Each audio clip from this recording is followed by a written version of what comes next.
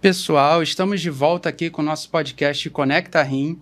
Hoje, tendo a honra de receber o presidente da Sociedade Brasileira de Nefrologia, o doutor José Moura Neto, está aqui com a gente vai bater um papo para falar de tudo sobre a gestão dele de frente da sociedade e como isso afeta a gente como paciente, como isso interfere na qualidade de vida, no nosso tratamento e como a gente, paciente, precisa se inteirar do que a nefrologia, do que a Sociedade Brasileira de Nefrologia representa para a gente, porque nós somos a ponta final da nefrologia. Então, eu estou aqui com um doutor, deixa eu falar um pouco dele para vocês. Ele possui uma trajetória acadêmica e profissional notável na área da nefrologia. Graduado pela Escola Baiana de Medicina e Saúde Pública em 2011, concluiu residência médica em clínica médica no Hospital Federal do Andaraí, aqui no Rio, e em nefrologia e transplante renal pela Universidade do Estado do Rio de Janeiro, a UERJ. Além disso, ele é mestre em administração pela Fundação Getúlio Vargas e possui MBA em gestão em saúde também pela Fundação Getúlio Vargas. Atualmente é presidente da Sociedade Brasileira de Nefrologia para o biênio de 2023 e 2024, reeleito agora para 2025 e 2026, função no qual tem liderado importantes iniciativas que vamos tratar aqui com ele, como a Frente Parlamentar da Nefrologia e projetos voltados para a melhoria do financiamento dos tratamentos renais no Brasil, o que isso importa muito para a gente. Ele também é membro do Conselho de Diretores da Sociedade Internacional de Hemodiálise e participa do grupo do CADIGO para diretrizes sobre anemia na doença renal crônica. Com mais de 50 publicações científicas, já li várias, e edições de livros importantes como Renal Replacement Therapy, Controversies and Future Trends e o Condutas em Nefrologia Clínica e Diálise, que eu também já li. Dr. Moura Neto combina prática clínica, pesquisa e ensino. É professor na Escola Baiana. Essa informação foi nova quando eu fui pesquisar. Eu não sabia que o doutor era professor lá na Escola Baiana. De Medicina e Saúde Pública, além de editor associado de periódicos internacionais de renome, como Blood Purification and Clinical Journal of the American Society of Nephrology. Doutor, não tem como não começar, né? Lógico, eu vou dar o espaço para o doutor falar com a gente, mas diante disso tudo, o senhor jovem, né? Diante disso tudo que eu mostrei, o que te motivou e inspirou a escolher a carreira de nefrologia? Então, em primeiro lugar, eu queria agradecer o convite, Alisson. Para mim, é realmente um prazer estar aqui num podcast no Conecta Rim, que é um podcast que tem como foco o paciente com doenças renais. Então, para mim, é realmente um prazer e agradeço muito o convite em nome da Sociedade Brasileira de Nefrologia. Acho que foi, eu não lembro exatamente quando eu decidi escolher nefrologia, mas foi uma confluência de fatores. Inicialmente, tive uma influência familiar muito forte. Meu pai, ele é nefrologista, então desde cedo eu acompanho a nefrologia, entrei em clínicas de diálise desde jovem, desde muito cedo. Acompanhei nos congressos brasileiros de nefrologia antes mesmo de fazer medicina. Então, sempre teve uma ligação muito forte com a nefrologia através de meu pai. Quando eu estava na faculdade, sentindo falta da disciplina nefrologia, que muitas faculdades ainda não têm, nós criamos a Liga Acadêmica de Nefrologia.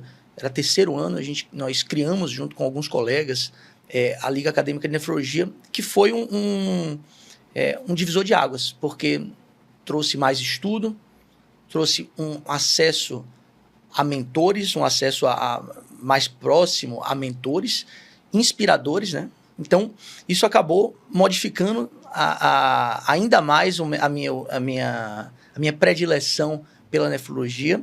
Claro que uma condição sine qua non é você gostar do assunto, da fisiologia renal.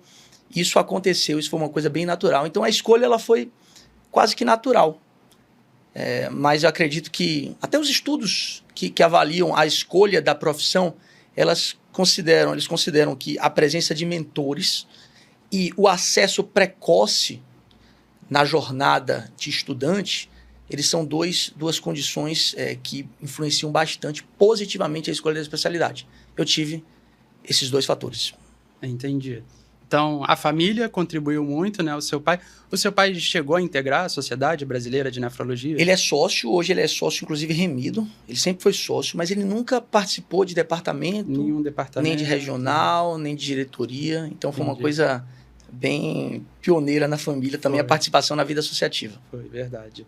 E, doutor, durante o seu biênio, agora 2023-24, à frente da Sociedade Brasileira de Nefrologia, a gente viu muita iniciativa importante, né, para a nefrologia no Brasil, coisa que a gente não tinha visto ainda, né? Foi um movimento bem, vamos falar assim, bem moderno para a sociedade, no meu ponto de vista, paciente que acompanha. Sim, eu sou o paciente que acompanha a sociedade. Antes da gente se aprofundar nesses assuntos, nesses temas, né, como é que o senhor define a sua experiência liderando essa entidade tão essencial para a nossa comunidade? Então, para mim, tem sido um grande privilégio, uma grande honra. Talvez, assim, não sei se será a maior honra profissional da minha vida, mas até o momento, sem dúvida, foi. E eu tenho realmente me dedicado como um trabalho de vida. Então, tive o privilégio de conseguir reduzir minha carga horária para me dedicar quase que exclusivamente à Sociedade Brasileira de Nefrologia. E tem sido um grande privilégio poder fazer ações que tenham um impacto em muitas pessoas. Então, para mim, tem sido um privilégio, tem sido um momento de muito crescimento também pessoal. Isso daí, olhando na perspectiva pessoal, é um cargo que tem muitos desafios. Imagino. Não apenas desafios de entender o que é discutir com a sua diretoria, que isso é extremamente importante. É um trabalho de muitas pessoas, pessoas extremamente competentes. São 12 diretores, além dos diretores dos departamentos, além dos presidentes e diretoria das regionais, e além de membros de comitês e membros da sociedade que efetivamente colaboram. Então, talvez definir os pontos que nós vamos tratar como prioritários, talvez seja a parte mais fácil do trabalho, porque a gente traz para uma discussão, a gente tem uma convenção no início do biênio, isso daí é discutido de forma democrática, ouvindo todas as lideranças, e toma-se a melhor decisão. Decisões, por exemplo, a frente parlamentar mesmo, ela foi tomada em uma convenção. Então, talvez esses sejam os pontos mais, digamos, menos desafiadores em você efetivamente traçar os próximos passos da gestão. Mas todo o resto, o fato de ser uma figura pública, algo que eu não estava acostumado, e lidar com diversos interesses diversos, vaidades. Esse tipo de questão foi bastante desafiador e foi um ponto de muito crescimento esses 2 anos. E nesse biênio, você percebeu a atividade ativa dos nefrologistas associados? Como que funciona? O nefrologista que associa, faz parte... Ele participa ativamente? Sim. Ele tem conhecimento das tratativas, enfim? Então, sempre existiram algumas pessoas que são extremamente participativas. Existiam algumas pessoas que não participam. Isso é natural. Normal.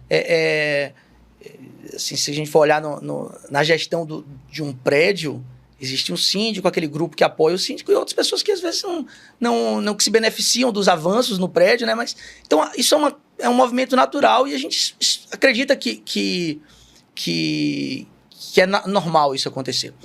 Mas desde o início nós percebemos que nós tivemos bastante apoio. Então eu sempre falo isso, eu faço questão de frisar, o que nos levou a buscar a reeleição foram as pessoas.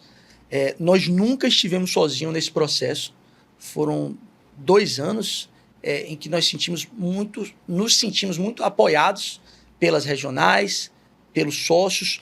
Muitas das grandes conquistas desse biênio foram conquistadas pelo apoio que nós tivemos dos colegas. Por exemplo, a Frente Parlamentar da Nefrologia, eu consegui muito poucas assinaturas. Foram mais de 200 assinaturas, mas eu, pessoalmente, eu consegui talvez 2 assinaturas.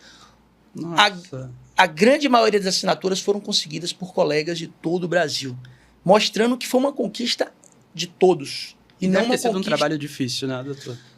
Foi. Na verdade, foi porque já tinha sido tentado diversas vezes nas outras gestões. Então, tinha sido um desejo antigo da Sociedade Brasileira de Nefrologia e nunca tinha sido conseguido ir adiante. Mas não foi em pouco tempo. Foram poucas semanas para que todas as assinaturas fossem coletadas. E eu acredito que o diferencial disso tudo foi o apoio de todos os colegas. Então, tornou algo que historicamente era muito difícil em algo factível e relativamente rápido de se conseguir. Queria, claro, destacar o apoio do nosso grande parceiro, que é o presidente da Frente Parlamentar da Nefrologia, o deputado Vinícius Carvalho, que foi o deputado proponente e hoje é o presidente da Frente Parlamentar da Nefrologia, o autor do projeto de lei que institui o Dia do Nefrologista, que tem sido um grande divisor de águas aí na nossa atuação parlamentar. Perfeito, perfeito. A criação dessa frente parlamentar foi um marco importante. Como é que essa iniciativa pôde beneficiar diretamente os pacientes renais? Os pacientes chegam muito no meu direct e perguntam o que a frente parlamentar vai fazer de diferença para a gente, para o paciente renal, principalmente que está em tratamento dialítico, especialmente em relação a tratamentos mais justos e abrangentes, né? Perfeito. Essa é uma pergunta muito boa. A frente parlamentar, ela tem um grande propósito de melhorar a interlocução da sociedade com os gestores públicos. Então, não apenas com parlamentares, mas com o Ministério da Saúde, Ministério do Trabalho. Então, no início da gestão, nós tínhamos grande dificuldade de marcar reunião com o Ministério da Saúde. A primeira reunião que nós fomos no Ministério da Saúde foi uma reunião que outra entidade conseguiu, que foi a ABCDT, e nós fomos como convidado dessa entidade. E hoje, a última reunião que teve, por exemplo, a ABCDT veio como nossa convidada. Então, há uma mudança, e interessante porque a gente estaria lá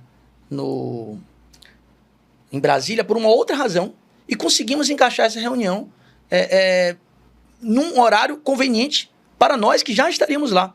Então, olha a diferença. Antes nós não conseguíamos marcar reunião, hoje nós conseguimos marcar reuniões num horário conveniente. Num horário conveniente para nós, muitas vezes com pautas, com horário mais estendido, a gente tem um contato muito mais próximo com os assessores do Ministério da Saúde, com os diretores do Ministério da Saúde. Então, foi um divisor de águas na nossa interlocução com a frente parlamentar. Dito isso, o que nós vamos fazer a partir de agora, o que nós temos feito, depende de nós. E quando eu falo nós, não é apenas a diretoria, é de toda a comunidade da nefrologia. A frente parlamentar está à disposição para ajudar essa interlocução. Então, por exemplo, a gente tinha um problema muito grave com o Jornal Brasileiro de Nefrologia, o BJN, que é um jornal que é um orgulho nacional, um orgulho da Sociedade Brasileira de Nefrologia.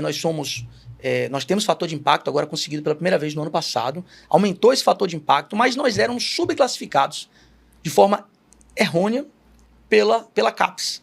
Então, nós éramos considerados extrato C, quando nós merecíamos um extrato muito maior. Isso gera um malefício muito grande, especialmente para os pesquisadores brasileiros, os nefrologistas, os programas de pós-graduação. A gente, desde 2019, esse problema existia. A gente não conseguia nem ser resolvido, nem ser recebido pela CAPES. A gente não tinha nenhum tipo de resposta. As outras gestões tentaram? Tentaram. Nós, antes da frente parlamentar, nós tentamos. Nós enviamos um recurso administrativo, nós enviamos uma notificação extrajudicial em junho de 2023. As coisas só resolveram quando a frente parlamentar entrou. Nós conseguimos 2 reuniões e nós conseguimos reverter do extrato C para o extrato B2. Então, era um problema grave que acontecia desde 2019 E em 6 meses, com a atuação da Frente Parlamentar, nós conseguimos resolver um problema que já durava mais de 4 anos. Sim. Então, assim, esse é um exemplo. Uhum. A Frente Parlamentar, ela atua na busca de cofinanciamento, ela atua com alguns estados. Então, quando em estados que solicitam o nosso apoio nesse sentido, nós buscamos discutir. Ela atua na discussão das pautas prioritárias junto ao Ministério da Saúde. Então, por exemplo, quais são as pautas prioritárias da nefrologia? Nós temos algumas. A resolução do que nós tratamos durante todo o biênio de crise humanitária da diálise. Que era causada essencialmente pelo subfinanciamento do setor. Então, a Frente Parlamentar ela está buscando esse reajuste para que exista um valor justo e digno no serviço de diálise ofertado pelo SUS. O incentivo, o estímulo à diálise peritoneal no Brasil, que tem diminuído cada vez mais. Então, a Frente Parlamentar ela tem discutido esses pontos junto ao Ministério da Saúde. O estabelecimento de uma linha de cuidado integral e efetiva ao paciente com doença renal, tanto adulto quanto criança. Então, todos esses pontos, a regulamentação da assistência nefrológica hospitalar, a gente não tem uma regulamentação da diálise à beira-leito, da diálise, nós não temos, e nós conseguimos fazer via departamento de IRA da Sociedade Brasileira de Nefrologia um guia. Nós entregamos esse guia através da Frente Parlamentar para o Ministério da Saúde e já existem discussões para regulamentar de alguma forma essa assistência. Então, a Frente Parlamentar, isso daí desde o início, desde as negociações, nós precisamos estudar o que era uma Frente Parlamentar, mas desde o início nós sabíamos que ela poderia fazer toda a diferença, como ela poderia não servir para nada. Uhum.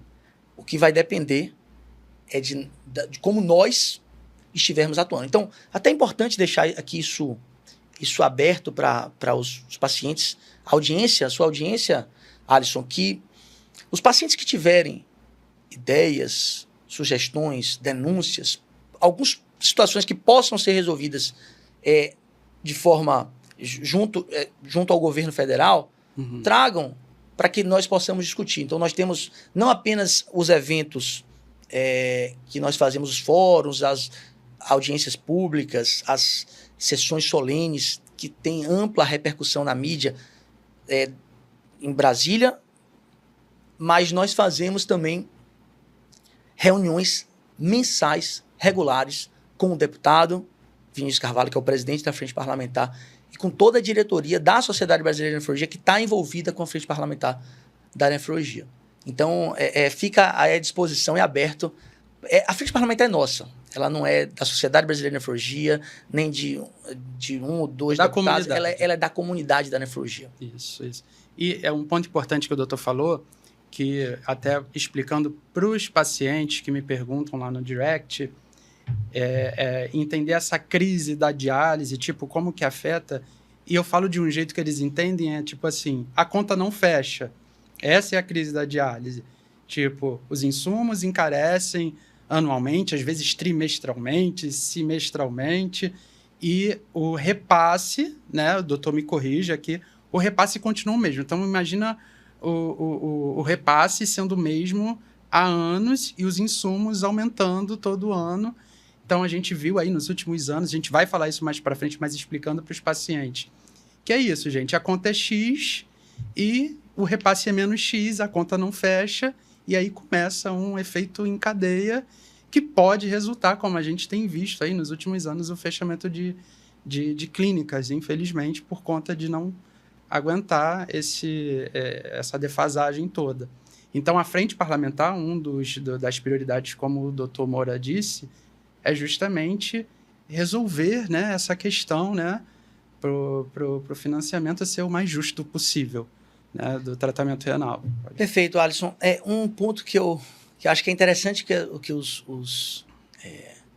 muitas pessoas perguntam sobre essa questão, né, porque a gente achava que a forma como essa crise ela vinha sendo abordada ela talvez não pudesse ser modificada, talvez não fosse a mais eficiente. Nós tínhamos, sim, uma crise causada pelo subfinanciamento, mas o que gerava eram ofertas reduzidas de vagas em clínicas de diálise. Verdade. E pacientes uma má esperando distribuição também, uma distribuição, né? Pacientes internados esperando vagas, muitas vezes por meses.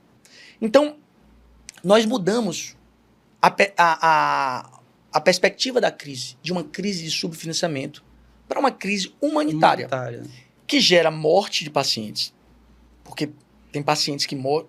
Veja bem, se a gente tem uma prevalência que nós esperamos ser de 1.000, e no Brasil, que daria em torno de 210 mil, e no Brasil nós temos 160 mil pacientes em diálise, tem 50 mil pacientes que poderiam estar em diálise se a prevalência, se o acesso à diálise fosse o mais adequado, e que não estão. Onde estão esses pacientes? Então, esse é um fenômeno que a gente chama de gap da terapia renal substitutiva, que é quando você tem uma expectativa e você tem um número menor. E esse número pode ser das mortes que acontecem precocemente, pacientes que não tiveram acesso à diálise quando deveriam ter. Então, a gente está falando aí de 50 mil pacientes que deveriam estar em diálise e que não estão. Então, esse foi um ponto que foi importante, que foi definido em convenção. A abordagem da crise ela seria diferente. Ela não seria da crise financeira, crise de subfinanciamento. É causada pelo subfinanciamento, que não é de hoje, que é de muitos anos, talvez décadas. Há décadas, os reajustes eles são inferiores à inflação, tanto a inflação geral quanto a inflação médica. E o que a gente conseguiu foi uma perspectiva diferente, a crise humanitária da diálise. Entendi. Sem falar também que, nessa perspectiva também, o paciente que aguarda a vaga, ele não faz o tratamento 100% quando ele está em hospital aguardando vaga. Até porque o hospital também não tem como, a maioria dos hospitais não tem como absorver, ou seja, faz menos tempo, né, para todo mundo poder fazer. E isso vai diminuindo a qualidade de vida do paciente até ele conseguir ser regulado para uma clínica. Eu não tinha pensado por esse lado, de tipo, tem muito paciente, temos poucas vagas. Sim. Eu não havia pensado nisso ainda. Assim, ainda falando disso tudo, acabou que a gente entrou um pouco no assunto. Infelizmente, a gente vive um cenário, né, crítico de fechamento de clínica devido ao repasse defasado, verbas para o tratamento renal. O que foi feito nesse período para minimizar esses impactos e qual o papel da SBN na luta por melhores condições para os pacientes profissionais? A gente acabou falando um pouco disso, né? Assim, a SBN tem total responsabilidade de lutar pelas melhorias. Então, isso é o que nós sempre prometemos. Nós prometemos lutar por isso. O nosso compromisso é o compromisso do trabalho e do empenho. A resolução ela depende de uma confluência de fatores, especialmente vindo do nosso poder público, né? Os nossos governantes eles têm que efetivamente... Então, o nosso trabalho também é muito de sensibilizar, de estar nas reuniões trazendo os pontos, a importância, demonstrando a importância. E nessa gestão, nós conseguimos, no primeiro ano, um reajuste nacional para hemodiálise de 10,3%, aquém da nossa expectativa, mas que ajudou a minimizar, especialmente naquele momento, a crise da diálise. E diversos estados têm conseguido cofinanciamento. Então, isso é fruto do trabalho das regionais. O cofinanciamento seria o quê, doutor? Seria um acréscimo nos valores do governo do estado. Entendi. Então, o valor ele deveria ser, o valor a ser repassado por uma sessão de hemodiálise deveria ser mais alto. O governo federal só paga um valor X, então o estado complementa. Então, nós temos iniciativas de cofinanciamento na Bahia, em São Paulo, Santa Catarina, Mato Grosso do Sul, Distrito Federal. Então, claro que a gente espera que, primeiro, esse reajuste ele seja nacional, porque a gente consegue ter um tratamento com maior equidade e que mais estados possam também agregar o cofinanciamento. E a gente está lutando por isso. A Frente Parlamentar da Nefrologia está à disposição, a Sociedade Brasileira de Nefrologia e suas regionais estão lutando para que esse cofinanciamento possa ser na maior parte dos estados e que tenha um valor nacional do governo federal digno para hemodiálise e para diálise peritoneal. O fato de... Essa é uma questão da nossa promessa pela luta e não pelo resultado. Por nós, reajustava o valor da hemodiálise e da diálise peritoneal. E esse reajuste ele seria ainda maior do que os 10,3%. E, infelizmente, nós conseguimos... Esse reajuste seria até menor. Eles trouxeram... O Ministério da Saúde trouxe um estudo com muitas falhas, que não tinha... não guardava muito relação no nosso entendimento com a realidade brasileira. E nós pontuamos, porque eles se basearam para oferecer o reajuste em um estudo. E esse estudo tinha diversas falhas. E a Sociedade Brasileira de Nefrologia, em suas reuniões com o corpo técnico do Ministério da Saúde, pontuou várias dessas falhas. Conseguimos modificar o valor que tinha sido inicialmente proposto, para, salvo engano, de 2% para 10,3%. Foi uma mudança grande, mas ainda aquém da nossa expectativa. E da realidade. E da realidade, sim.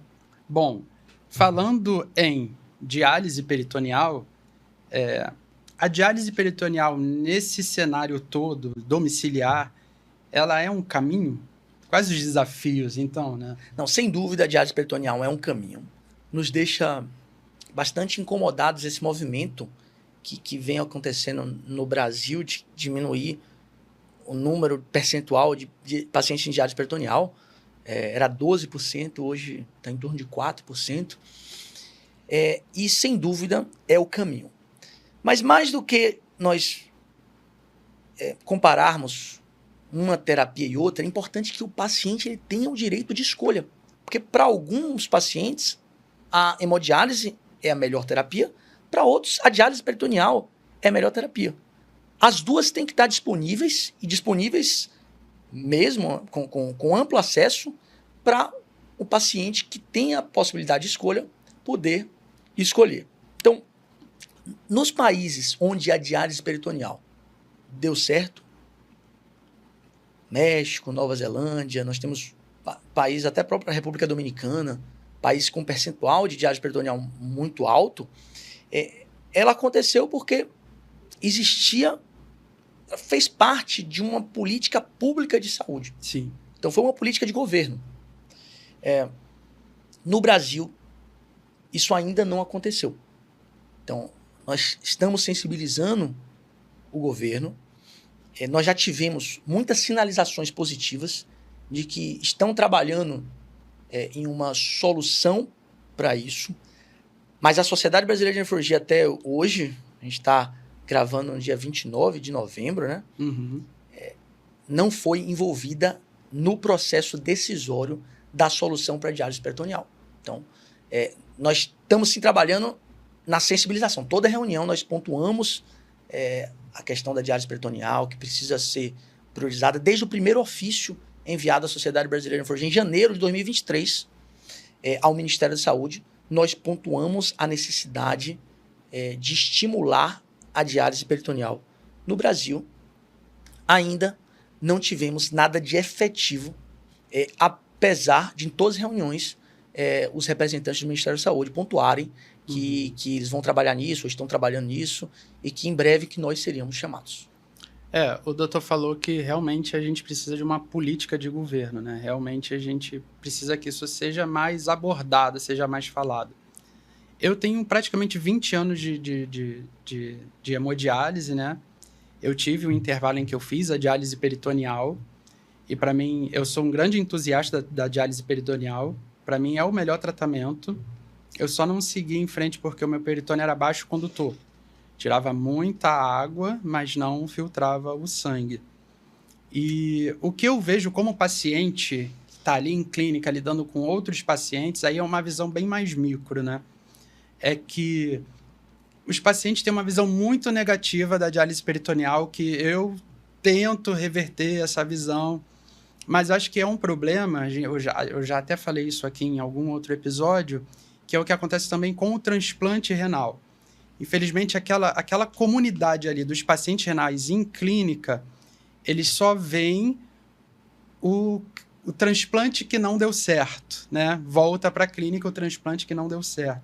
Isso acontece muito com a peritoneal. O paciente entra em peritoneal e por algum motivo não deu certo, como pode acontecer, então eles só veem aquele paciente que não deu certo. Então, isso gera um monte de fake news, né, em recepções. Que a diálise peritoneal causa isso, causa aquilo. Quando, na verdade, a diálise peritoneal é extremamente simples, extremamente indolor, extremamente eficaz. Na minha visão de entusiasta também da nefrologia, eu acho muito mais incrível alguém pensar. Eu fico imaginando, às vezes, essa cena. Pô, o cara tá dormindo, não sei, acordou. Pô, mas será que eu tenho uma membrana aqui que recobre todos os meus órgãos internos? Será que essa membrana vai funcionar para assumir o papel do rim, fazer uma troca através da glicose? Gente, isso é muito mais incrível do que você pensar numa máquina. A primeira coisa que se pensa quando você perde a função de um órgão é uma máquina. Aliás, a gente precisa também valorizar a nefrologia nesse sentido. É o único órgão que a gente tem. Você pode perder a função, que você consegue manter um tratamento de qualidade, né? Você consegue ter uma sobrevida de qualidade. Não é a mesma coisa para um coração, não é a mesma coisa para um pulmão, mas para o rim, sim, a gente tem. Então, é muito mais fácil a pessoa lá no passado ter pensado numa máquina, né, para assumir a função desse órgão, do que eu ainda estudo muito, né, a história da diálise peritoneal, e ainda hoje eu fico abismado com a pessoa que pensou nessa, acordou, teve esse tino de, não, vai dar certo, vai dar certo e dá muito certo. Então, nessa minha visão micro de paciente, eu vejo muito isso. Quando eu vou abordar um paciente para falar de peritoneal, ele é sempre muito reticente nesse sentido. Não, porque fulano fez e ficou internado, porque pegou peritonite, né? E fulano não deu certo, enfim. E qual a visão do doutor nesse sentido para diálise peritoneal? A gente sabe também que são poucas clínicas, não são todas que oferecem, né? Aí fica também a minha ignorância. Eu não sei se é mais vantajoso. A clínica é uma empresa, né? Ela tem que subsistir, né? Eu não entendo essa parte. Mas o que acontece da diálise peritoneal no meio dos pacientes mesmo não ganhar essa força, né? Apesar de tanta qualidade? Você deu um diagnóstico preciso. E tem ainda uma outra situação que gera um ciclo vicioso muito ruim. Nos estados em que não existe um financiamento adequado, um cofinanciamento para a diálise peritoneal, ela acaba sendo uma terapia que apenas os pacientes mais graves, quando não tem mais acesso à hemodiálise, elas acabam sendo encaminhados para essa terapia. Então, os pacientes mais graves acabam fazendo diálise peritoneal. Então, os resultados são piores, não pela terapia, sim, mas pelo perfil do paciente, pelas comorbidades. E gera justamente esse ciclo vicioso que você fala. Mas isso pode mudar, desde que exista um apoio do governo, e que o incentivo à diálise peritoneal seja uma política de saúde, uma política pública, política de Estado para a solução da terapia renal substitutiva no Brasil. Então, como uma das soluções, na verdade, não existe uma solução.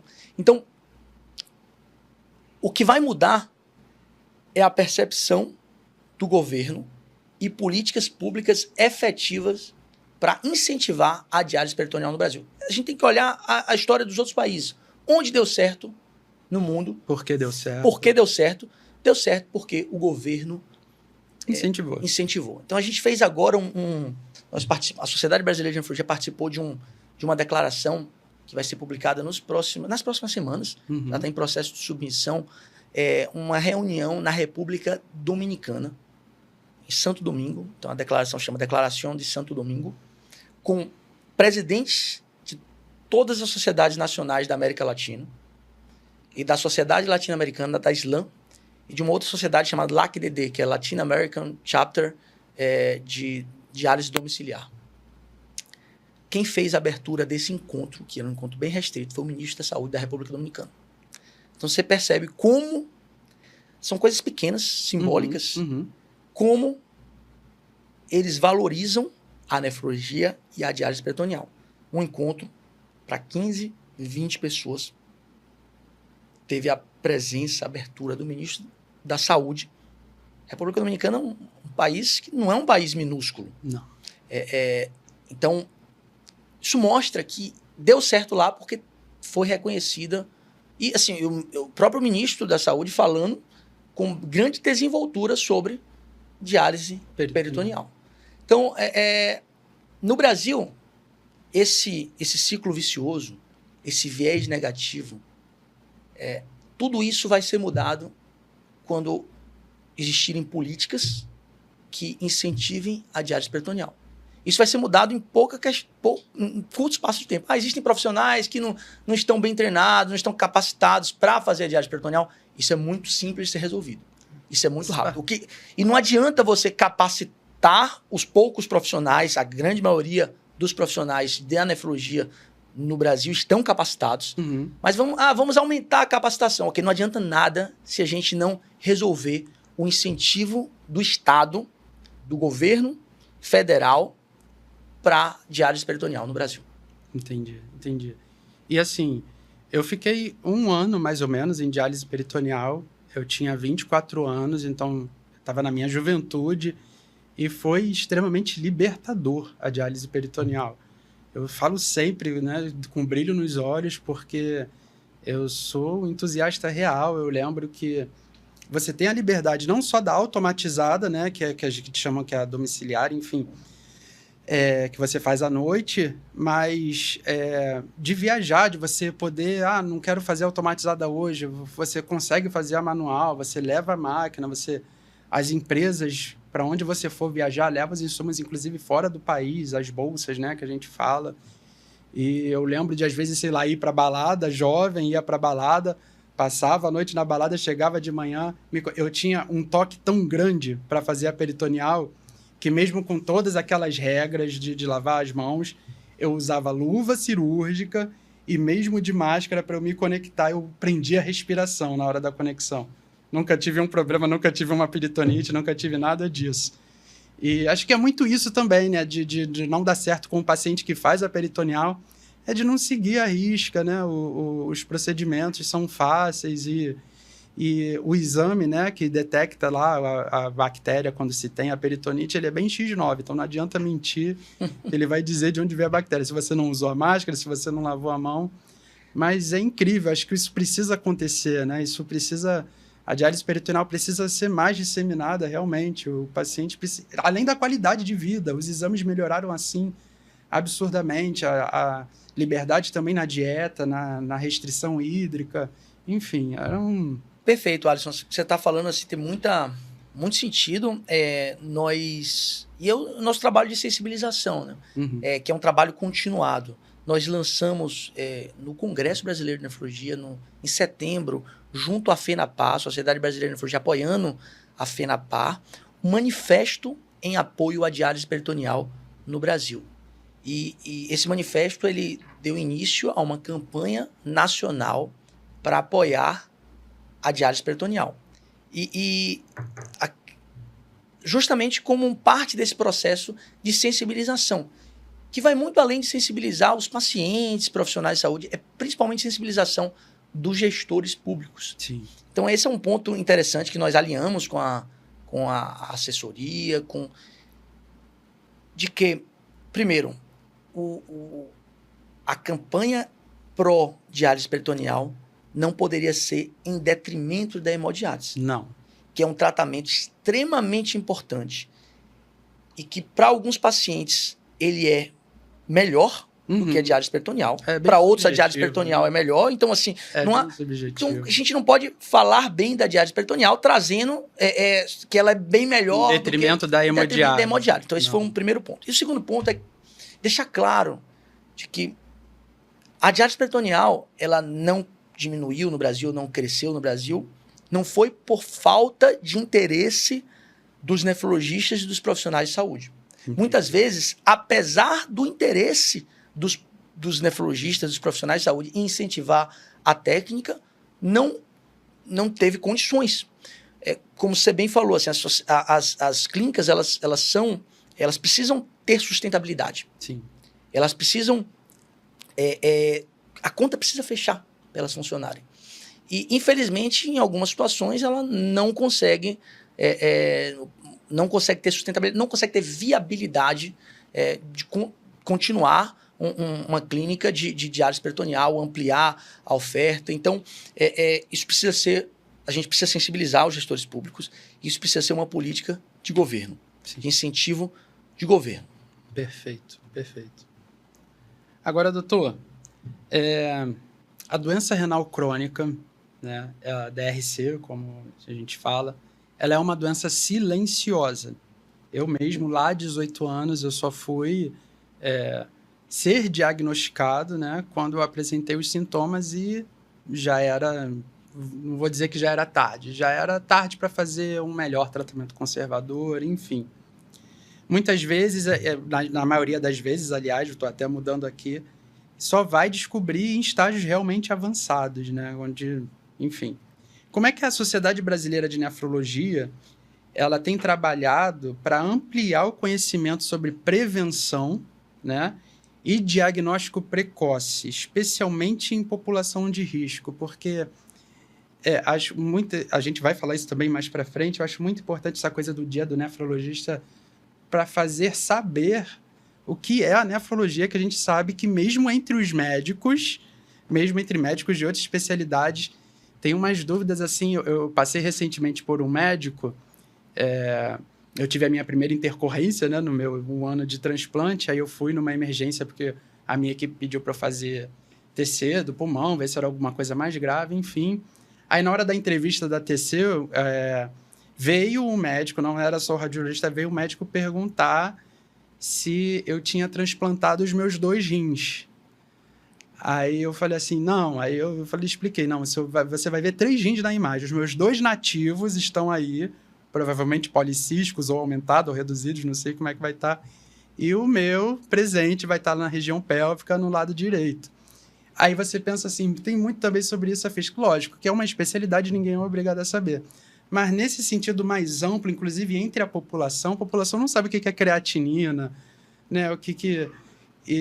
Enfim, dei essa volta toda para falar como é que a sociedade brasileira está trabalhando nessa coisa da prevenção, de fazer saber a população da importância, né, de prevenção, de fazer um exame preventivo, né, uma ureia, uma creatinina, uma função renal, já que é tão silenciosa na grande maioria das vezes, né? Eu não conheço nenhum sintoma de dor, né, em doença renal, o doutor até me corrige aqui, que não seja pedra no rim, não conheço. Nas glomerulopatias, enfim, não conheço que essa aqui vai dar uma dor, você vai saber que está com... Não tem, é silenciosa, não dói. Perfeito, a doença renal crônica, ela é uma doença silenciosa, e assintomática ou pouco sintomática nos estágios iniciais e moderados. Então, lutar pela prevenção e pelo diagnóstico precoce é um dos nossos objetivos. Nesse sentido, a Sociedade Brasileira de Nefrologia está empreendendo 2 iniciativas que acontecem ao longo do ano, elas acontecem continuamente. Uma é pontual, no Dia Mundial do Rim. O Dia Mundial do Rim acontece desde 2006, na segunda quinta-feira do mês de março. Foi uma iniciativa que foi idealizada pela Sociedade Internacional de Nefrologia e pela Federação Internacional de Fundações Renais. E no Brasil é organizada pela Sociedade Brasileira de Nefrologia. Então nós coordenamos ações que vão muito além da segunda quinta-feira do mês de março. Na verdade, elas se estendem durante todo o mês de março. Uhum. E são ações de educação, de conscientização e de diagnóstico. Então, muitos locais que fazem coleta de creatinina para o diagnóstico na população de risco. a ideia, o que nós trouxemos para essa campanha, tanto em 2023 como em 2024, foi o nosso principal marcador, que é um marcador extremamente disponível e acessível. Barato, que é a creatinina sérica, no centro da campanha. Então, tanto a campanha de 2023 quanto de 2024 teve um apelo muito grande à saúde dos rins e exame de creatinina para todos. Então, nosso sonho é que a creatinina possa vir um dia a ser tão conhecido pela população como é a glicemia, como a glicose no sangue, né? Como é o colesterol. Então, a gente está buscando essa popularização e nós imaginamos que a principal forma de fazer isso é trazer a creatinina para o centro da campanha. E nós conseguimos fazer campanhas muito maiores, tanto em 2023 quanto em 2024. Para vocês terem uma ideia, o material de campanha que é enviado, nós enviávamos cerca de 4.000 camisas em 2022, 2021. Em 2024 foram enviadas 10.000 camisas. Nossa. O número de atividades cadastradas, que era em torno de 700, 800, há uns anos atrás, até menos, nós conseguimos chegar a 1.125 atividades cadastradas em 2024. Fora todas as ações de iluminação de monumentos, de famosos, celebridades, formadores de opinião, vestindo a camisa do Dia Mundial do Rim. Nós temos postagens que atingiram 50, 100 mil pessoas e múltiplas postagens, publicações nas redes sociais. Então, o Dia Mundial do Rim, que acontece no mês de março, ela é uma iniciativa que trouxe justamente a conscientização. A outra campanha, que também nos traz muito orgulho, primeiro porque é uma inovação, depois porque vai exatamente nessa linha, é a nossa campanha de divulgação e conscientização da nefrologia e das doenças renais nas redes sociais. Então, em outubro de 2023, nós começamos uma campanha com posts e vídeos patrocinados, impulsionados, onde a Sociedade Brasileira de Nefrologia contratou um gestor de tráfego, e nós sabemos onde, qual post impulsionar, qual não impulsionar, e essa campanha ela já ultrapassou, em pouco mais de um ano e um mês, vai fazer 1 ano e 2 meses, 35 milhões de impressões ou visualizações. Então, tem criativos, como os gestores de tráfego chamam, que alcançaram mais de 1 milhão de visualizações.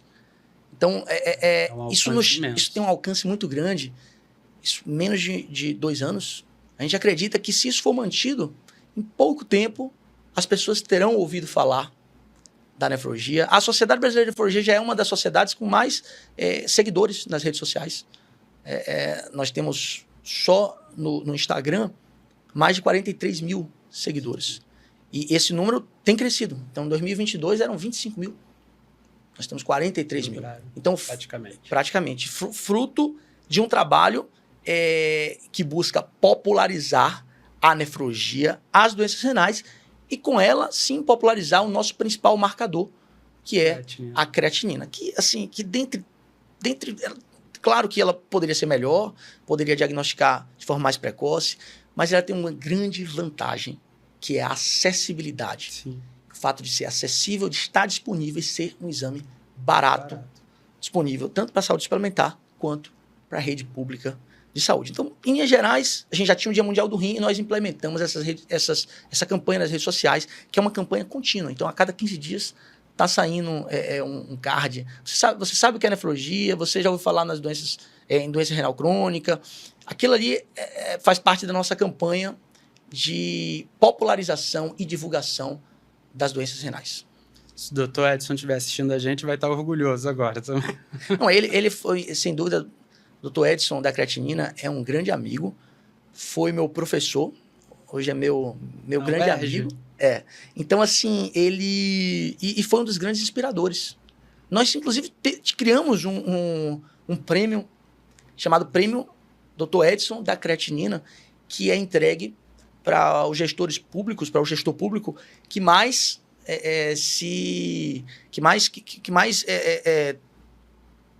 trouxe alguma iniciativa para divulgação da nefrologia ou da formulação de políticas públicas em prol da nefrologia.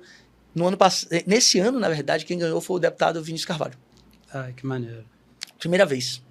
Foi o primeiro prêmio? Primeiro prêmio. E assim, muito feliz. Ele foi um dos grandes incentivadores aí desse...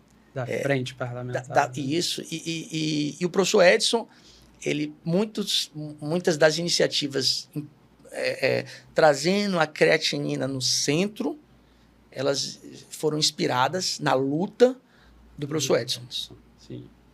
Eu estava no último congresso lá, teve uma palestra no sábado, já estava mais vazio o congresso, no sábado, que eu me emocionei muito, ele estava presente, né? Falando da história da nefrologia, falou da questão do museu da nefrologia que ele está envolvido e trazer à tona, né, a história. E eu fiquei bem emocionado. O doutor, esqueci o nome do doutor, inclusive eu entrei em contato Pablo. com ele. Doutor Pablo. Entrei em contato com ele, falei, ele me deu os slides, isso é bom também para levar para as clínicas, para palestrar, para o paciente ter noção da história, daquilo que salva a vida dele todos os dias hoje. Porque é emocionante a história da nefrologia. Eu falo até já emocionado aqui, como que aconteceu, como se deu, né, da evolução e tudo, e de alguém pensar em uma coisa que mantém a gente vivo hoje, né? Perfeito. Assim, a história da nefrologia, ela nos traz alguns ensinamentos. A história, primeiro, ela precisa ser contada de forma palatável. Então, você teve no Congresso Brasileiro de Nefrologia, nós tornamos, através do túnel, nós colocamos a história da nefrologia como protagonista. Você passava pelo túnel, um túnel extremamente interativo. E assim, é interessante, porque meu filho tem 5 anos de idade, ele adorava passar pelo túnel, ficar olhando. Então, se você torna aquele ambiente agradável para uma criança de 5 anos, você torna a história da nefrologia agradável para qualquer um. Sim. Então, assim, o túnel foi certamente um dos pontos altos, com música imersiva. Acho que todo mundo tem aquele saudade daquele ambiente, né? Sim. Do túnel. E certamente vai ser uma iniciativa que nós vamos repetir aí nos próximos congressos. As salas, elas foram homenageadas, foram aos nossos pioneiros, né? Então, Dr. Carlos Marcílio, Dr. Euni Rocha, doutora Fátima Gesteira, Dr. Ivo Coelho. Então, tiveram várias, Dr. Gêner Cruz, pioneiros da Bahia, e não tinham mais salas do que pioneiros da Bahia falecidos. Nós colocamos ex-presidente da sociedade, Dr. César Costa, que faleceram no biênio para completar as salas. Então, a história, ela nos traz também ensinamentos importantes. E muito me incomoda o estigma que a hemodiálise, que a diálise em geral tem, especialmente para alguns pacientes, tratamento conservador, de, poxa, eu quero pensar em diálise. Não quero ir para a máquina. Não quero ir para a máquina. E quando a gente olha para a história da nefrologia, isso, nós conseguimos ver que não era assim. Não. Então, quando a diálise surgiu, quando a hemodiálise surgiu, ela não estava disponível para todo mundo. Se criou um comitê que estabelecia quem teria ou não direito à terapia renal substitutiva. Nos primeiros meses do comitê, a maior parte das pessoas não tiveram acesso.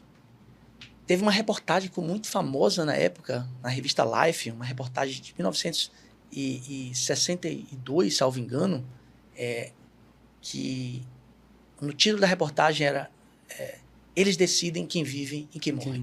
Nossa. As pessoas que formavam o comitê, elas ficaram em um local escuro. Então a foto é até meio sombria. Esse comitê, ele foi batizado pela reportagem, pela repórter, de Comitê Deus. God Committee. E o que isso nos mostra? Que muito provavelmente as primeiras pessoas que receberam a notícia, você vai fazer diálise, fico muito felizes. Elas encararam como uma boa notícia. O que mudou nesse período? Que agora as pessoas... Mudou que o que a gente tem hoje, que é um tratamento universal e disponível no Brasil, em muitos países não é assim, Uhum. Nós não tínhamos no passado. E um passado recente. Um passado diga-se de passagem. Recente. Então, o problema é a doença renal crônica em seus estágios avançados. A hemodiálise, a diálise peritoneal, a hemodiafiltração, elas vieram como solução para permitir que o paciente mantivesse a vida dele. Fizesse manutenção da vida. Manutenção da vida com qualidade de vida. Sim. Pudesse ver os seus filhos crescerem, netos, ter seus objetivos de vida alcançados. Viver além. Viver além. Então, olhar para a história nos traz essa reflexão. Verdade. A diálise não é má notícia. A doença renal crônica, sim. Mas a diálise ela veio para prolongar e para trazer a manutenção da vida com qualidade de vida. Perfeito. A gente... todo mundo que está em conservador... A minha mãe está em tratamento conservador. E 2 pontos aí que o doutor falou que eu trabalho muito com ela. Primeiro, que se chegar a ir para fazer hemodiálise, tá tudo bem, ok, é outro tratamento, enfim. Você vai ganhar qualidade de vida. Talvez se o médico decidiu que você precisa entrar em diálise, é porque ele quer que você tenha qualidade de vida que o tratamento conservador já não está te dando, né? Você já está ali, provavelmente com as escórias bem altas, que pode trazer muitos outros problemas. E uma outra coisa, voltando lá na diálise peritoneal, e que eu estou trabalhando com ela, a gente não vê muito isso de já oferecer a diálise peritoneal como primeiro tratamento, né? Então, o paciente em conservador, ele já pensa na hemodiálise. Aí eu falo para ela, você pode ir para peritoneal, para você vai ser muito melhor. Mas ainda é uma incógnita, né? A gente não sabe nem como é o protocolo, que já estão pensando em fazer fístula, botar com catéter, que esse é o protocolo, né? Quando se está em um tratamento conservador avançado. Tem que ter acesso, se for de emergência, bota catéter. E qual o protocolo para o paciente que está em conservador e quer entrar em peritoneal, né? Tem essas dúvidas. Mas eu trabalho isso com ela, de que a hemodiálise não é uma sentença, na verdade, a diálise é uma oportunidade, né? Não, perfeito. Assim, além disso, tem também a opção para os pacientes, especialmente que têm doadores, vivo. Preemptivo. Transplante renal preemptivo. Muitas pessoas muito não pouco sabem, falado também. Não sabe disso. Nós publicamos há uns 2 anos um artigo no Brazilian Journal of Nephrology, um artigo que está disponível também em português, onde nós debatemos essas questões do transplante preemptivo, como é no mundo, como é no Brasil. É claro que o transplante preemptivo com doador vivo ela é bem natural. Só tem que alinhar junto à equipe o melhor momento para não transplantar quando existe ainda uma função renal residual alta e também não transplantar já quando está bem ruim. Bem ruim. Então tem que achar o timing adequado, não é trivial e talvez seja o grande desafio. O transplante com doador falecido tem questões éticas que há bastante discussão. Tem alguns locais que não permitem transplante preemptivo com doador falecido. Sim. Tem outros locais que isso acho que aqui no Rio não pode preemptivo com falecido, ou pode? Acredito que não possa, mas isso pode mudar. Isso não é isso é uma decisão, salvo engano, da Câmara Técnica local. Porque, teoricamente, poderia. Porque para entrar em fila de transplante, o paciente não necessariamente precisa estar em diálise. Precisa ser renal crônico. Precisa ser renal crônico, uma taxa de filtração glomerular abaixo de 10 ou abaixo de 15, se for diabético, enfim. Então, tem alguns critérios. Então, se o paciente estiver em diálise, ele pode estar em fila. Mas se o paciente não estiver em diálise, mas preencher um dos outros 2 critérios, ele também pode estar em fila de transplante. Então, teoricamente, se ele estiver em fila de transplante, surgir um rim para ele naquele momento, ele pode acabar fazendo um rim, ou fazendo um transplante antes do início da diálise, que por convenção é chamada de transplante preemptivo, que é uma tradução de preventivo. Preemptive pode ser considerado preventivo ou preemptivo. Acho que decidiram usar preemptivo justamente para afastar um pouco do preventivo, né? Sim. Para dar outra conotação um pouco mais séria. Mas eu já conversei também isso com ela. Mas ela prefere que não. Igual eu, quando no início do tratamento, um monte de gente da família me ofereceu, primos, enfim, tios, mas na minha cabeça eu pensava assim, eu não sei o que vai ser do dia de amanhã. Eu como paciente, né? Então eu prefiro aguardar o meu momento, mesmo que tenham sido 2 décadas quase. Então eu prefiro aguardar porque se a pessoa tiver um filho, e se não der certo comigo, aí tava lá o rim direitinho ali dentro e, sabe, eram mais questões mais da minha cabeça mesmo. Mas são importantes, né? São importantes. Enfim, primos jovens querendo doar com 20 e poucos anos e, enfim, vai que desenvolve uma hipertensão, vai que... Não, eu vou esperar. Vai aparecer um para mim e vai dar certo. E deu. Doutor, agora, a gente vê que muitos pacientes ainda têm dificuldade de entender que cuidar da saúde renal vai muito além do consultório médico e muitos, como a gente falou, nem sabem, né, o que é a nefrologia. No máximo que sabe de rim é a pedra, né, porque dói, justamente porque dói. Né? Eu, como paciente, eu percebi que a sua gestão ela deu mais enfoque ao tratamento renal e ao paciente do que a própria ciência e a nefrologia, o que, no meu ver, é excelente. Novamente falando, como paciente, isso é de extrema importância, uma vez que a gente é o ensejo da... Eu não sei nem se eu estou falando certo, a nefrologia é uma ciência, né? Sim. Então, nós somos o ensejo da própria nefrologia, né? Eu como paciente. Então, como é que o doutor encara esse tipo de visão e posicionamento da sua gestão ter dado mais enfoque ao tratamento, ao paciente, a essas questões, à prevenção, do que a própria ciência, né, a nefrologia, né? Não, perfeito, muito bom ter essa visão sua, Alisson, porque é um paciente, eu acho que a gente tem tido esse retorno de muitos pacientes. Na verdade, eu acho que é mais uma percepção, porque nós temos atuado em múltiplas frentes, então, no Jornal Brasileiro de Nefrologia, no Congresso Brasileiro de Nefrologia. O que nós fizemos foi trazer um pouco mais o paciente. Então, por exemplo, no nosso congresso, o encontro de pacientes teve que acontecer. Teve o primeiro no Congresso Paulista, mas, salvo engano, nos últimos brasileiros não tinha tido encontro de pacientes. Então, nós fizemos foi trazer o encontro de pacientes para o nosso congresso. O que já acontece em outras diretrizes, como você bem falou no início, eu faço parte da diretriz de anemia do Cadigo, e nessa diretriz tinham 2 pacientes atuando, escrevendo conosco. Então, o paciente ele tem que ser trazido cada vez mais para a discussão. A gente tem outros planos aí para próximo biênio aí que serão anunciados em breve, mas você bem falou, o paciente é a razão de existir da especialidade. Eu acho que isso é bem claro para todos nós. A nefrologia ela não existe por causa dos nefrologistas, por causa dos profissionais de saúde, por causa das patologias. Ela existe por causa dos pacientes. E nós agradecemos muito o fato dos pacientes terem essa percepção.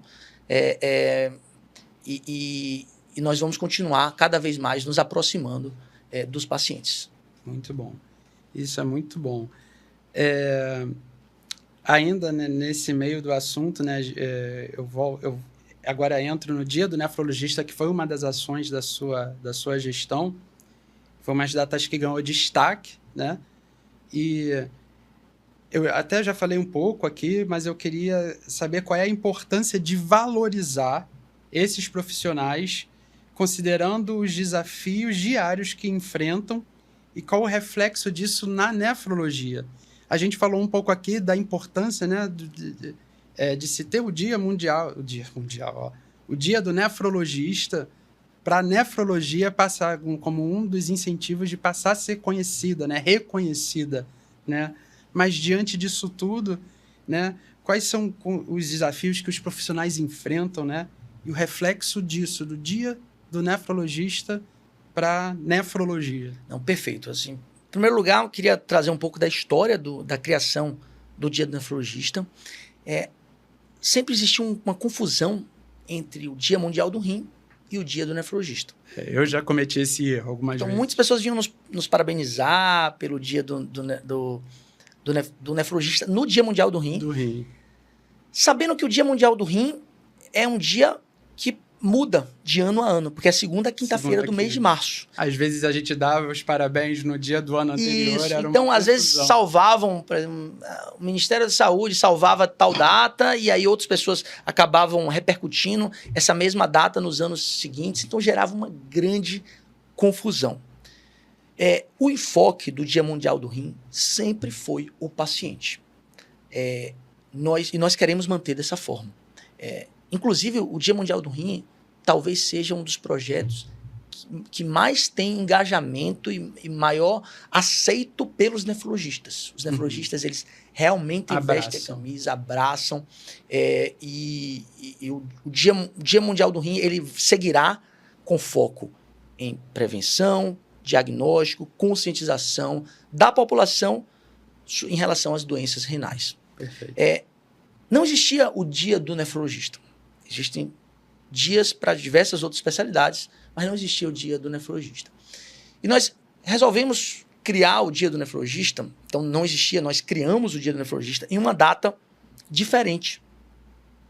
Nós optamos pelo 2 de agosto, que é a data de fundação da Sociedade Brasileira de Nefrologia. A Sociedade Brasileira de Nefrologia foi fundada em 2 de agosto de 1960, alguns meses antes da Sociedade Internacional de Nefrologia, uma das sociedades mais antigas de nefrologia do mundo. Nossa, não é? Então, antes da Sociedade Americana, da Sociedade Portuguesa, da Sociedade Europeia, da Sociedade Internacional. Então, tem 64 anos de história a nossa sociedade. E nós resolvemos criar nessa data. Então, nós celebramos pela primeira vez em 2024 e fizemos um apoio de uma campanha de divulgação. Tivemos amplo apoio da MB, das outras sociedades, do CFM. Foi uma campanha que teve muita repercussão e nós, ao mesmo tempo, de forma paralela, nós resolvemos oficializar essa data através de um projeto de lei. Então, claro que o dia está criado, ele será celebrado no dia 2 de agosto de todos os anos. Então, 2025, 2 de agosto, nós celebraremos novamente o Dia do Nefrologista. Mas, de forma paralela e concomitante, está acontecendo um processo de tramitação do projeto de lei de autoria do deputado Vinícius Carvalho, da Frente Parlamentar da Nefrologia, para oficializar, para instituir o Dia do Nefrologista. Então, nós fizemos uma audiência pública, porque tem que ter uma audiência pública. Sim. Já foi dada entrada, está nesse momento na Câmara. Até recentemente nós divulgamos um link onde as pessoas podem acompanhar a tramitação do processo. Entendi. Acredito que... Mas ainda não está em fase de votação. Né? Não, mas acredito que em poucos anos esse projeto de lei... Mas a votação é pública? Não, a sociedade... não. Salvo engano, não. Assim, a Frente Parlamentar, então, acompanha cada reunião dessa que nós fazemos com o deputado e com a diretoria da SBN, nós acompanhamos e vamos, claro, atuar em determinadas situações. Se precisar em algum momento de algum apoio público, nós traremos para a comunidade esse apoio. E a importância do Dia do Nefrologista é justamente melhorar o senso de pertencimento, melhorar o orgulho do profissional, da especialidade. E, ao mesmo tempo, não tem como você falar de nefrologia sem falar das doenças renais, da doença renal crônica, sem falar de pacientes. Então, quando você traz mais holofote, que o holofote ela não vai competir com o Dia Mundial do Rim. No outro semestre, Sim. com um espaço muito bom, não vai competir com nada. Então, vai trazer mais holofote para a nossa causa. Sim. E, além disso, vai trazer um senso de pertencimento, um orgulho para o nosso profissional que vinha com muito ceticismo em relação ao futuro. Isso, como você bem falou, é fundamental, esse resgate do orgulho, esse resgate do senso de pertencimento, que isso nos torna mais forte, nos torna para enfrentar os desafios da nossa especialidade. Então, para nós, isso não é trivial, isso é realmente importante.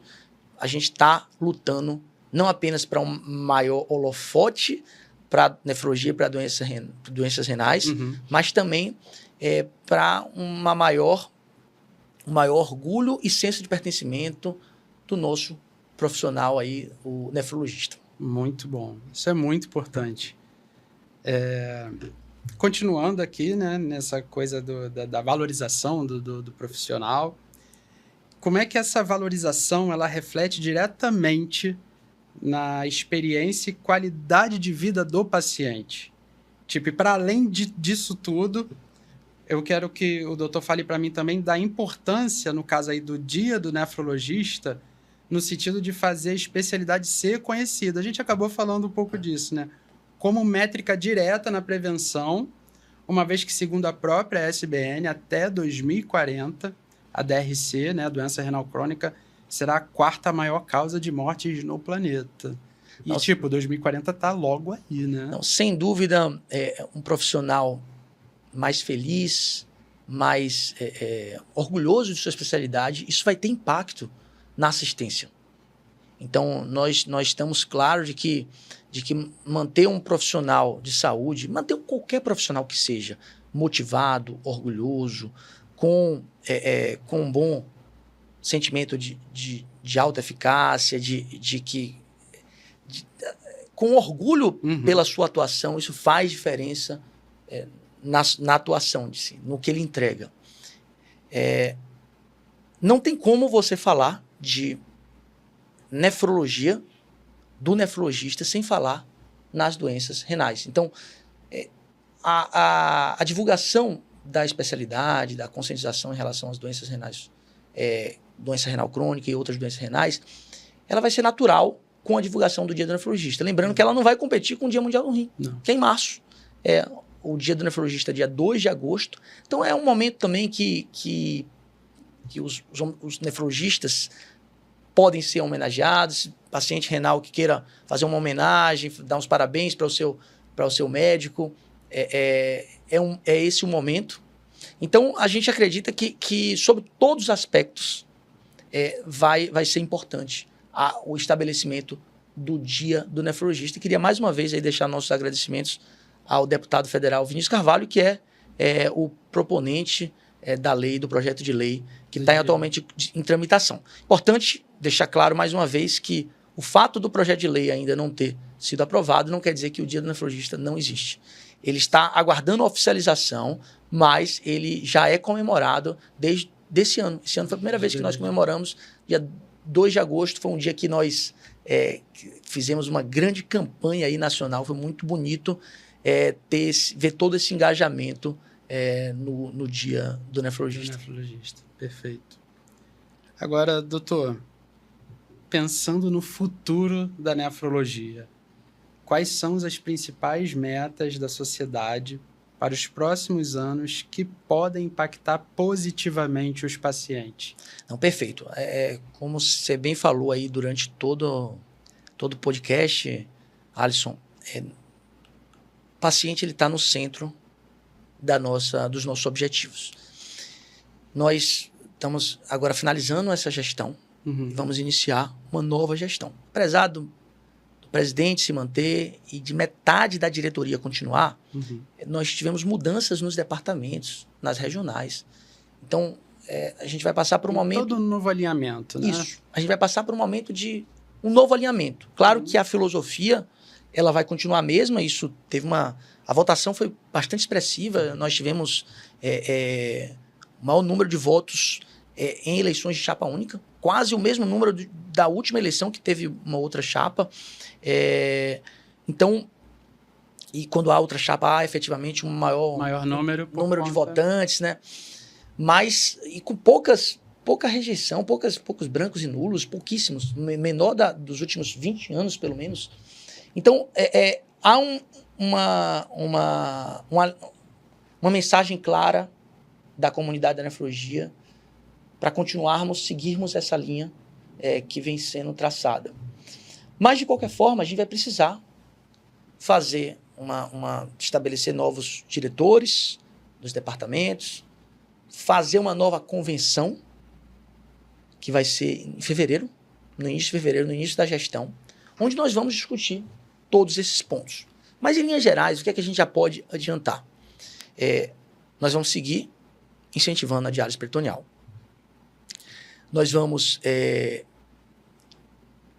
continuar atuando na crise de financiamento da diálise. Nós vamos seguir buscando a regulamentação efetiva da assistência nefrológica hospitalar. A questão do acesso vascular e do acesso à diálise, nós vamos buscar uma discussão interna sobre isso. Boas práticas para hemodiálise domiciliar, que já existe em alguns locais muito pequeno, mas existe hemodiálise domiciliar na saúde suplementar e a SBN precisa se posicionar em relação a isso, precisa trazer boas práticas.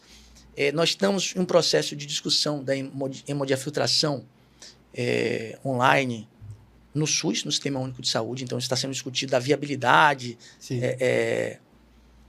a linha de cuidado integral no paciente do Sistema Único de Saúde com doença renal, no paciente adulto e pediátrico. Então, são alguns pontos que já foram iniciados, outros que vão para a questão da hemodiálise domiciliar. Isso já teve uma discussão anterior na Sociedade Brasileira de Nefrologia, nós vamos retomar essa discussão. E o plano de ação exato para isso vai depender da convenção, que vai acontecer em fevereiro. Mas, em linhas gerais, esses são os objetivos macro. É claro que os outros projetos vão ser mantidos. A gente tem um projeto muito bacana de mentoria, essa questão da campanha de conscientização da doença renal, que já atingiu mais de 35 milhões de pessoas. Nós vamos continuar com essa campanha.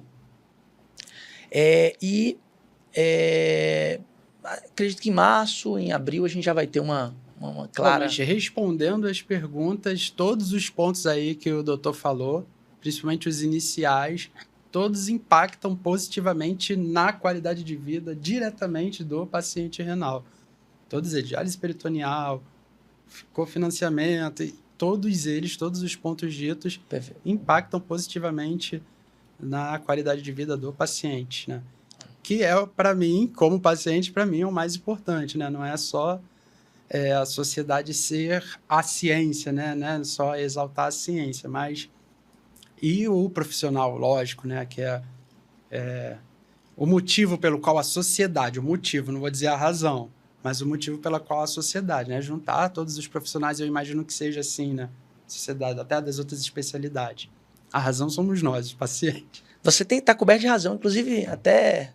Não sei nem se eu podia confidenciar isso, mas recentemente até um colega entrou em contato e falou, poxa, percebi que o foco para a ciência nas propostas novas não poderia ser maior.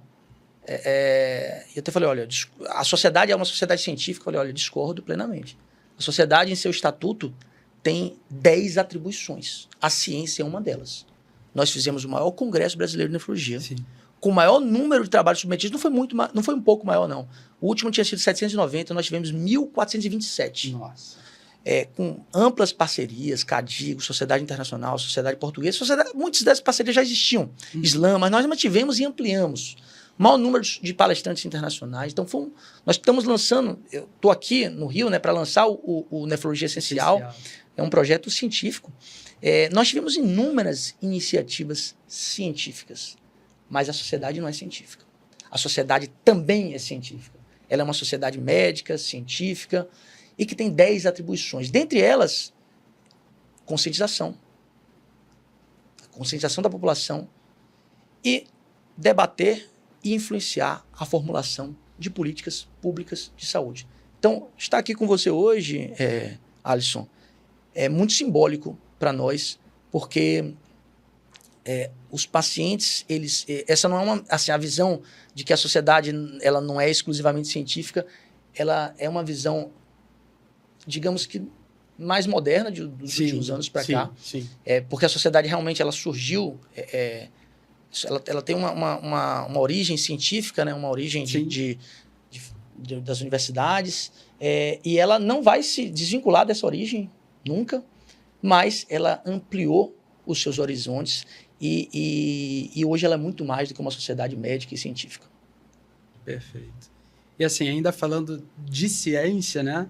Da questão da sociedade ser científica ainda, na nefrologia, qual o futuro do tratamento, das terapias e do transplante, inclusive? A gente falou disso, então, né, do cunho científico. Então, cientificamente, qual é o futuro na nefrologia do tratamento, do transplante? O que o doutor tem aí de notícia para dar para a gente, de informação? Não, eu estou muito animado em relação ao futuro. Nós tivemos inúmeros novos medicamentos nos últimos anos, novos estudos. Então, tivemos inovações tanto disruptivas em relação a tratamentos. Eu, inclusive, estava falando, desculpe interromper, estava falando com outros médicos, amigos meus, de que eu pensando assim, diante de todo esse conhecimento, de todo esse avanço, como teria sido, né, 2 décadas atrás, se eu tivesse esse aporte todo científico de medicamento, de tratamento, como teria sido o meu conservador, né? 18 anos atrás, 19, não sei precisar mais, já perdi a conta. Perfeito. Então, além de todos essas novas opções no arsenal terapêutico do paciente com doença renal crônica, nós tivemos, nos últimos anos, muitos avanços em relação à solução da terapia renal substitutiva. Então, eu gosto muito de citar o xenotransplante. Sim. É algo que eu estou muito otimista.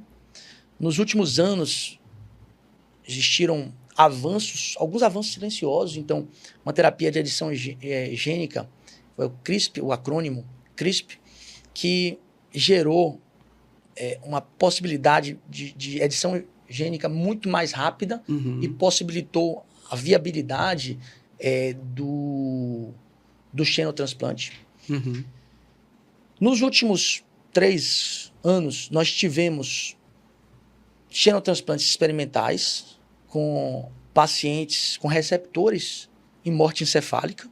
Então, nós tivemos no Alabama, em Nova York. E esse ano, nós tivemos 2 xenotransplantes que aconteceram com pacientes vivos. O primeiro deles foi feito, inclusive, por um médico brasileiro. Em Boston. O segundo foi feito em Nova York. Ambos não tiveram sucesso no médio prazo, mas esse insucesso, a princípio, não se deveu a condições do xenotransplante, se deveu à comorbidade do próprio paciente. Sim. Então, existem, claro, algumas barreiras, algumas incertezas, mas o que aconteceu, que vem acontecendo nos últimos anos em relação ao xenotransplante, nos deixa muito esperançosos. Quando isso vai mudar, não sei. Se isso vai mudar em 10, 15, 20 anos, não sei. Mas o que eu poderia dizer é que em 20 anos, 20, 30 anos, certamente o cenário não vai ser esse que nós vemos hoje. Então, eu estou bem esperançoso. Vamos observar aí e atuar no que for possível nos próximos anos. E, de novo, o doutor me corrija, a nefrologia na vanguarda, né? Do xenotransplante também, né? Porque tem algum outro órgão que passou por um xenotransplante que tenha sido exitoso mesmo a curto prazo? Não, salvo engano... Então, de novo, a nefrologia na vanguarda, né? O transplante renal, enfim. E eu também vi alguma coisa sobre o rim biônico, a gente vê muito isso, artificial kidney, alguma coisa assim. Sim, tem o que muitos pacientes chamam de rim biônico, é o chamado rim bioartificial implantável, que é um acrônimo em inglês, IAC, Implantable Artificial Kidney. Existia um outro projeto chamado WAC, que é o Wearable Artificial Kidney, que era o rim vestível, né, que os pacientes usavam como se fosse uma máquina de diálise portátil, vestível. Foi feito até um estudo com poucos pacientes, um estudo piloto sobre isso daí, que não avançou muito, o Wearable Artificial Kidney não avançou muito, e o IAC ainda é um projeto bem inicial, um projeto quase que teórico. Acredito que tenha, primeiro, está mais longe do que o xenotransplante, e tem, nesse momento, muito mais desafios. Então, o IAC, ele é sim uma opção, mas é algo muito mais teórico ainda. E a equipe da Vanderbilt University, que tá uma das equipes envolvidas, né, no projeto, mas é algo que está mais distante, na minha opinião, do que o xenotransplante. Sim. Agora, doutor, para encerrar essa conversa, qual seria a sua mensagem para os pacientes e seus familiares que nos assistem, nos ouvem, especialmente aqueles que enfrentam o diagnóstico com medo e incerteza? A principal mensagem é que vocês não estão sozinhos.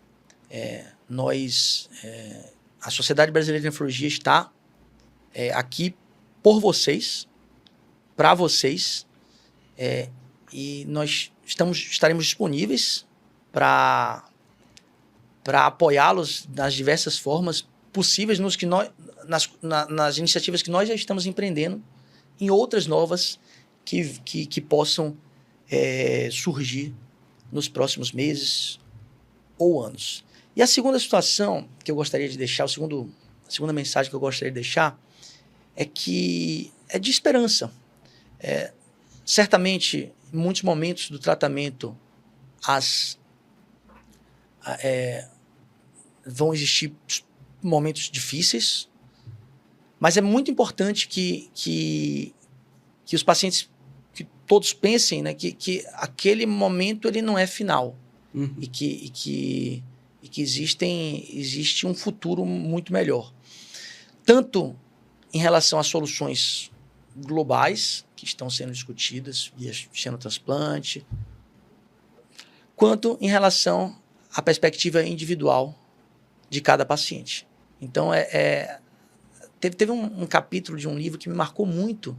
Foi esse meu primeiro livro que você sugeriu, que você citou na abertura, que foi o Renal Replacement Therapy, que é um capítulo de uma psicóloga chamada Doris Kettle, dos Estados Unidos, onde ela fala abordar a tempestade de emoções com esperança. E é justamente isso que você falou. Assim, é trazer uma perspectiva positiva da diálise. Uhum. Enxergar o copo meio cheio. Olha, isso para mim foi um divisor de águas, porque eu tinha muita dificuldade em chegar para um paciente que estava iniciando a diálise e falar e trazer uma perspectiva positiva. Vai dar tudo certo, alguma coisa do tipo. Quando eu vi ela escrevendo sobre isso, aquilo ali me deu assim, peraí, você está tendo uma boa notícia. O seu problema, ele não é terminal. Você vai ter a opção de seguir fazendo diálise. Até surgir um transplante, uma hemodiálise, diálise peritoneal. Tem opções, tem múltiplas opções. Transplante renal. Então, abordar essa tempestade de emoções com esperança. As coisas vão ficar melhor. Perfeito. Bom, doutor, primeiramente eu quero agradecer imensamente, não só por ter aceitado o convite aqui, do Conecta Rim, e parabenizar, primeiro, pela sua gestão à frente aí da Sociedade Brasileira de Nefrologia, o comprometimento, as ações. Eu, como paciente, eu me senti representado, olha isso, eu me senti representado através da sua gestão. Parabenizar pela reeleição do próximo biênio e, mais uma vez, agradecer pelo desprendimento, pela atenção, pelo carinho de ter vindo e participado. Muito obrigado, Alisson. Eu tenho a agradecer bastante. Nessa trajetória, as pessoas foram grandes motivadores para nós continuarmos. Nós tivemos apoio de diversas frentes, desde as lideranças regionais, dos colegas da diretoria, dos departamentos, nefrologistas, profissionais de saúde e principalmente dos pacientes. E são apoios que porque para a vida associativa, muitas vezes nós temos que sair um pouco da vida assistencial, Uhum. diminuir minha carga de trabalho para isso. Então, às vezes, nós perdemos um pouco o contato naquele período com os pacientes. Então, ter esse feedback de vocês é muito importante. Nós continuamos trabalhando para os pacientes, mas de uma forma um pouco diferente. Quero deixar claro também que essas conquistas, elas são fruto de um trabalho coletivo intenso. Eu imagino. Nós temos 12 diretores e uma das mudanças que nós fizemos na Sociedade Brasileira de Nefrologia foi distribuir os inúmeros projetos, as inúmeras iniciativas que nós tínhamos em projetos.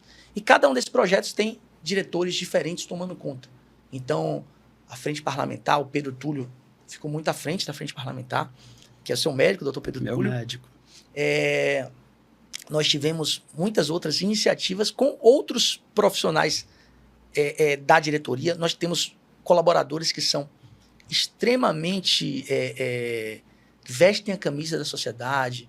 Alessandra, Adriana, Jailson, Juliana, Vanessa. Então, Vanessa. Realmente o mérito é de todos nós, desde os colegas que apoiam, que votam, que mandam mensagem, que marcam reunião para sugerir alguma situação, alguma mudança, até toda essa equipe que está trabalhando em prol de uma nefrologia melhor. E como a gente sempre termina aí, vamos seguir sempre em frente, porque o futuro aí, a gente não sabe direito o futuro, mas a gente sabe que nossas ações hoje vão ter uma grande influência na nefrologia de amanhã. Sim.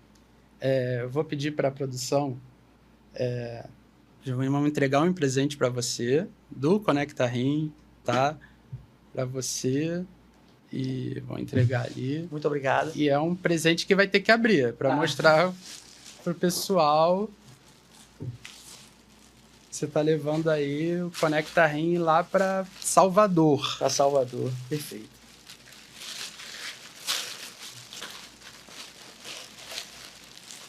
Deixa eu tirar aqui. Opa! Aqui é a caneca. Muito obrigado, muito bonito. Conecta Rim. E as camisas aí. Tem uma aí, outra. De repente para a doutora Ana Flávia. Ah, legal, muito boa. Conecta Rim. Não, excelente. Muito obrigado pela... Nós que agradecemos, doutor. Foi uma honra, realmente, ter você aqui no nosso projeto, que leva informação de qualidade, sempre visando o paciente e o seu familiar, né? A gente tenta envolver muito familiar, porque às vezes o paciente está numa situação tão para baixo, que é o familiar, que é o veículo ali, que é o intermediário de levar informação e de trazer esse paciente à tona de volta, né? E, novamente, sendo repetitivo, não adianta, uma honra, muito obrigado e tudo de melhor aí na sua nova gestão, doutor. Tá bom, muito obrigado, agradeço. Se precisar. É isso, pessoal, esse foi o nosso episódio do Conecta Rim. A gente teve essa conversa extremamente rica com o Dr. José Moura Neto, presidente da nossa Sociedade Brasileira de Nefrologia. E vocês, eu peço aí, continuem acompanhando a gente, Conecta Rim. Siga o Dr. Moura Nefro, @moura.nefro, né? O dele. Sigam a sociedade, SBNefro. @SBNefro, tá? Sigam o Conecta Rim no YouTube, canal Conecta Rim, no Instagram Conecta Rim. E esse que vos fala, que agora no Instagram é @renal.influencer. Muito obrigado por acompanharem a gente. Compartilhem para quem precisa. Paciente, familiar. E vamos levar informação de qualidade para a galera que precisa. É isso, pessoal. Obrigado. Até a próxima.